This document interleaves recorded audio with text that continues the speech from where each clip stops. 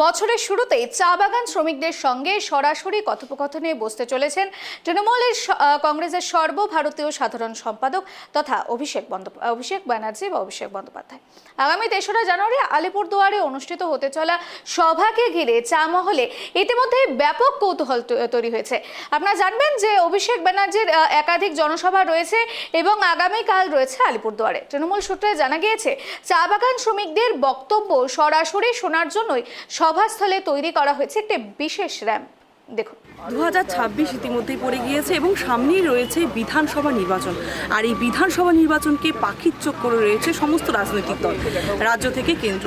এবং সেই কারণে আলিপুরদুয়ার জেলাতে মোট 5টি বিধানসভা কেন্দ্র রয়েছে। এই 5টি বিধানসভা কেন্দ্রে বেশিরভাগ কিন্তু চা বলয়ে বেষ্টিত এবং এই চা শ্রমিকদের বিভিন্ন সময় বিভিন্ন সমস্যার সম্মুখীন হতে হয়।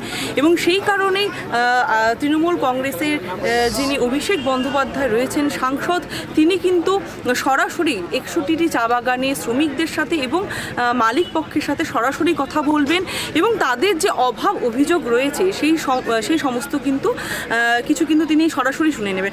এবং এই যে আগামীকালকে সভা আলিপুরদুয়ারে, এবং এই সভার পূর্বে ইতিমধ্যেই মাঝের ডাবরি চা বাগানে প্রস্তুতি তুঙ্গে রয়েছে এবং এই প্রস্তুতি তুঙ্গের থাকার প্রস্তুতি খতিয়ে দেখতে কিন্তু ইতিমধ্যেই উপস্থিত হয়েছেন ঋতুব্রত বাবু, সাংসদ রাজ্যসভার। তার থেকে শুনে নেব মূলত কী বিষয় আগামীকাল অভিষেক বন্দ্যোপাধ্যায় আগামীকাল কি বার্তা দেবেন চা শ্রমিকদের কাছে।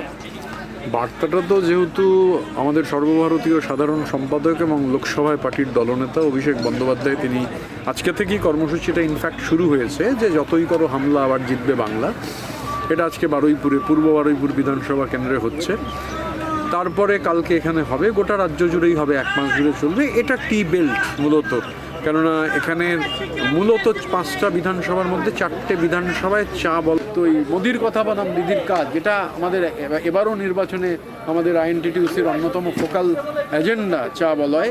তো নিশ্চিতভাবে কালকের এই কর্মসূচি যেভাবে তার প্রস্তুতি চলছে, যে আকারে কর্মসূচি সফল হবে এটা আমরা বিশ্বাস করি। আর আজকে থেকে শুরু হলো। এটা কি বাড়তি অক্সিজেন পাবেন আপনারা চা বলয়? মানে অভিষেক বন্দ্যোপাধ্যায় নিজে এসে ইন্টারাকশন করছেন এবং শুধু চা বলয় নয়, ওনার যে কর্মসূচি আছে, উনি এরপর বিড়ি শ্রমিকদের সঙ্গে ইন্টারাক্ট করবেন, উনি মৎস্যজীবীদের সঙ্গে ইন্টারাক্ট করবেন, নানান সেক্টরের এই ইন্টারাকশনগুলো অবশ্যই বাড়তি অক্সিজেন দেবে। আগামীকালকে এই যে সভা, এই সভা থেকে কিন্তু তৃণমূল কংগ্রেসের প্রত্যেকটা কর্মী সমর্থকেরা আশাবাদী যে তারা বাড়তি অক্সিজেন পাবে এবং তারা বিগত দিনের থেকে এবারে তারা কিন্তু বেশি ভোট নিয়ে জিতবে।